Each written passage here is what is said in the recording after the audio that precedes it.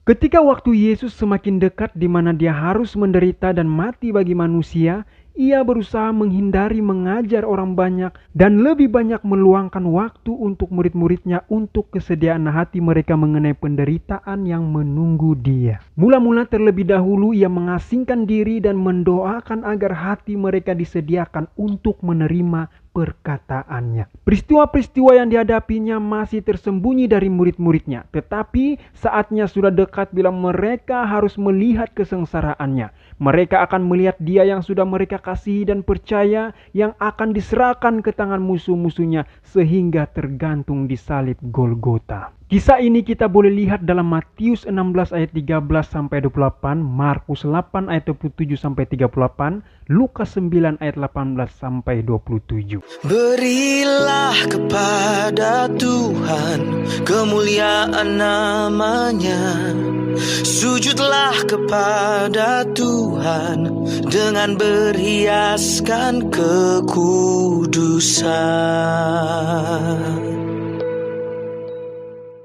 Yesus mengetahui kesedihan dan kebingungan murid-muridnya, dan ia berniat untuk memberi mereka bukti tambahan tentang kemesiasannya agar iman mereka dikuatkan dalam cobaan berat yang akan segera mereka alami. Lalu kitab Matius pasal 17 ayat 1 menuliskan di mana Yesus memanggil 3 orang muridnya dan membawa mereka mendaki gunung yang tinggi. Yesus dan muridnya lelah dari kerja keras dan perjalanan. Dia telah mengajar orang-orang dan menyembuhkan orang sakit sepanjang hari. Kini ia mencari ketinggian yang tinggi ini karena di sana ia dapat menemukan ketenangan dari keramaian yang terus-menerus mencarinya dan menggunakan waktu untuk merenung dan berdoa. Dia dan ketiga orang muridnya sangat lelah, ditambah lagi lelah mendaki gunung yang tinggi itu. Matius 17 ayat 1. 6 hari kemudian, Yesus membawa Petrus, Yakobus, dan Yohanes saudaranya, dan bersama-sama dengan mereka ia naik ke sebuah gunung yang tinggi.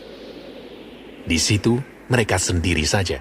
Melihat kisah ini, tidakkah ketiga orang murid itu merasa heran, sehingga tidak berani menanya kepada Juru Selamat tujuan apa naik ke gunung itu dan untuk apa? Meskipun demikian mereka merasa heran mengapa Tuhan menuntun mereka ke pendakian yang meletikan ini pada saat mereka sudah lelah dan ketika Juru Selamat juga memerlukan istirahat. Oleh karena kelelahan mereka pun berhenti. Dan waktu itu Yesus melangkah agak jauh dari mereka dan mulailah ia mencurahkan permohonannya dengan tangisan yang keras disertai air mata. Ia berdoa memohon kekuatan menahan ujian demi kepentingan umat manusia. Ia sendiri harus mendapat hiburan dan kekuatan yang segar dari Yang Maha Kuasa, karena hanya dengan demikian ia dapat merenungkan masa depan. Dan ia mencurahkan kerinduan hatinya bagi murid-muridnya, supaya pada saat kuasa kegelapan iman mereka tidak gagal. Juru Selamat telah melihat kemurungan murid-muridnya dan rindu meringankan kesedihan mereka dengan suatu jaminan bahwa iman mereka tidak sia-sia. Bukan itu saja, bahkan supaya ke-12 murid itu dapat menerima penyataan yang hendak diberikannya sehubungan dengan penderitaannya. Doanya didengar sementara ia tunduk dengan kerendahan hati di atas tanah yang berbatu. Ketiga murid itu menyatukan doa mereka dengan doa Yesus dalam permohonan yang tekun. Tetapi sesaat kemudian ketiga murid itu dikalahkan oleh kelelahan, maka mereka pun tertidur. Tiba-tiba langit pun terbuka, gerbang-gerbang kota Allah terbuka lebar, dan sinar yang suci turun ke atas gunung itu menyelubungi tubuh Juru Selamat. Keilahian dari dalam bercahaya melalui kemanusiaan dan bertemu dengan kemuliaan yang datang dari atas. Setelah bangkit dari sujud, Kristus berdiri dalam kebesaran seperti Allah. Kesengsaraan jiwa pun lenyap. Wajahnya kini bersinar seperti matahari dan jubahnya menjadi putih bersinar seperti terang. Matius 17 ayat 2. Lalu Yesus berubah rupa di depan mata mereka. Wajahnya bercahaya seperti matahari dan pakaiannya menjadi putih bersinar seperti terang. Maka terbangunlah murid-murid itu dari tidur dan memandang kemuliaan yang tidak terperikan yang menerangi gunung itu. Dalam ketakutan dan keheranan, mereka memandang tubuh Tuhan mereka yang bersinar itu. Ketika mereka disanggupkan supaya tahan melihat terang yang ajaib itu, mereka melihat bahwa Yesus tidak sendirian. Lukas 9 ayat 32. Sementara itu Petrus dan teman-temannya telah tertidur, dan ketika mereka terbangun, mereka melihat Yesus dalam kemuliaannya dan kedua orang yang berdiri di dekatnya itu. Dan Alkitab mencatat dua makhluk surga dalam percakapan yang mesra dengan Yesus itu adalah Musa dan Elia. Matius 17 ayat 3. Maka nampak kepada mereka Musa dan Elia sedang berbicara dengan dia. Musa dan Elia telah bekerja bersama-sama dengan Kristus. Mereka turut mengambil bagian dalam keinginannya untuk keselamatan manusia. Saudara dan saudari, kita pasti tahu cerita kisah Musa dan juga Elia di kitab Perjanjian Lama. Masih ingatkah kita Musa pernah memohon bagi bangsa Israel? Keluaran 32 ayat 32. Tetapi sekarang, kiranya engkau mengampuni dosa mereka itu, dan jika tidak, hapuskanlah kiranya namaku dari dalam kitab yang telah kau tulis. Manakala Elia pula pernah mengalami kesepian jiwa, karena selama 3,5 tahun kelaparan ia telah menanggung beban kebencian bangsa itu serta celakanya. Ia telah berdiri sendirian bagi Allah di atas Gunung Karmel. Ia telah melarikan diri sendirian ke padang belantara dalam keadaan sedih dan putus asa. Kita boleh lihat itu di kitab 1 Raja-Raja 18 dan 1 Raja-Raja 19. Namun, kedua hamba Tuhan ini akhir hidup yang berbeza waktu mereka di dunia. Musa mengalami kematian dan dibangkitkan Tuhan, dan Elia pula diangkat Tuhan. Sesuatu yang menarik di sini, perhatikan. Musa melalui kuasa kematian, tetapi ia tidak tinggal di dalam kubur. Kristus sendiri memanggil dia keluar kepada kehidupan. Meskipun setan penggoda itu telah menuntut tubuh Musa karena dosanya, tetapi Kristus Juru Selamat membangkitkan dia dari kubur. Kita boleh lihat itu di kitab Yudas pasal 1 ayat 9. Di atas gunung itu, di tempat Yesus dipermuliakan, Musa menyaksikan kemenangan Kristus atas dosa dan kematian. Perhatikan saudara dan saudari, Musa mewakili mereka yang akan keluar dari kubur pada saat kebangkitan orang benar. Elia yang sudah diubahkan dan diangkat ke surga tanpa mengalami kematian, mewakili mereka yang akan tetap hidup di bumi ini pada saat kedatangan Kristus kedua kalinya, dan yang akan diangkat dan diubahkan. 1 Korintus 15 ayat 52 dan 53.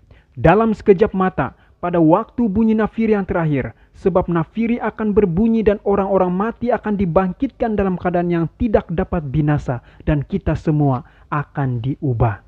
Karena yang dapat binasa ini harus mengenakan yang tidak dapat binasa, dan yang dapat mati ini harus mengenakan yang tidak dapat mati.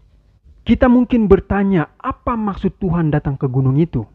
Selain untuk merenung dan berdoa serta mendapat kekuatan, di atas gunung itu kerajaan kemuliaan yang akan datang digambarkan dalam bentuk kecil, di mana Kristus sebagai Raja, Musa mewakili orang saleh yang dibangkitkan, dan Elia mewakili orang saleh yang diubahkan. Melalui gambaran ini sudah jelas memberi kita penjelasan mengenai keadaan orang yang mati dalam kubur dan orang yang masih hidup saat Yesus datang.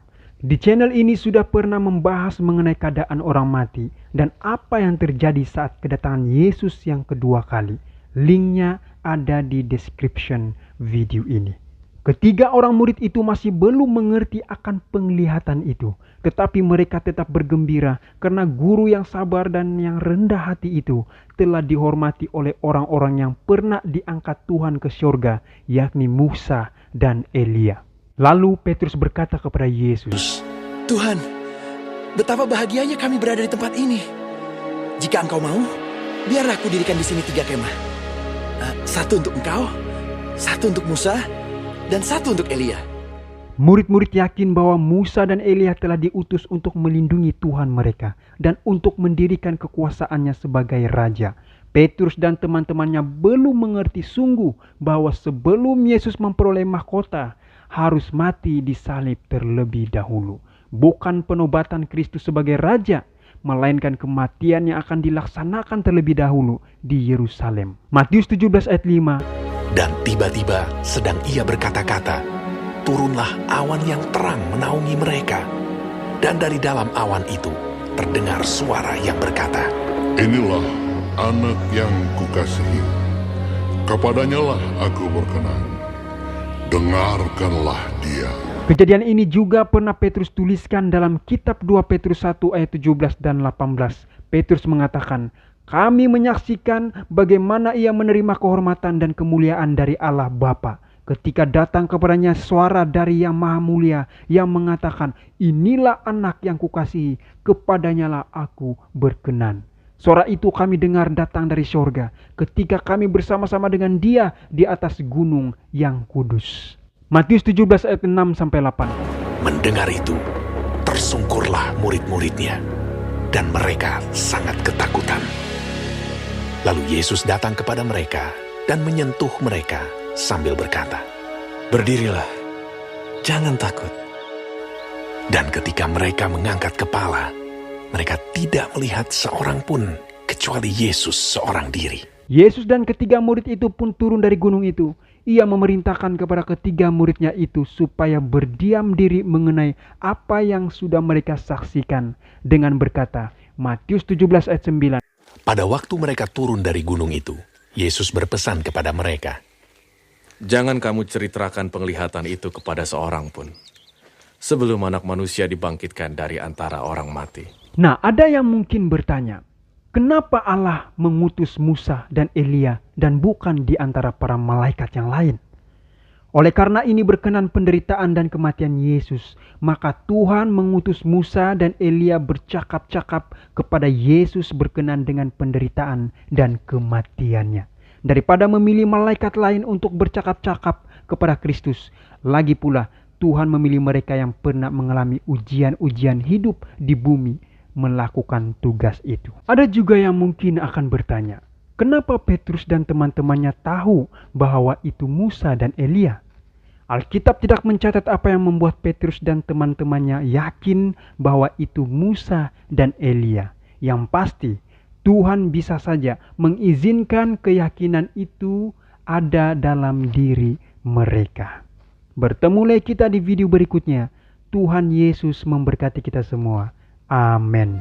Karena besar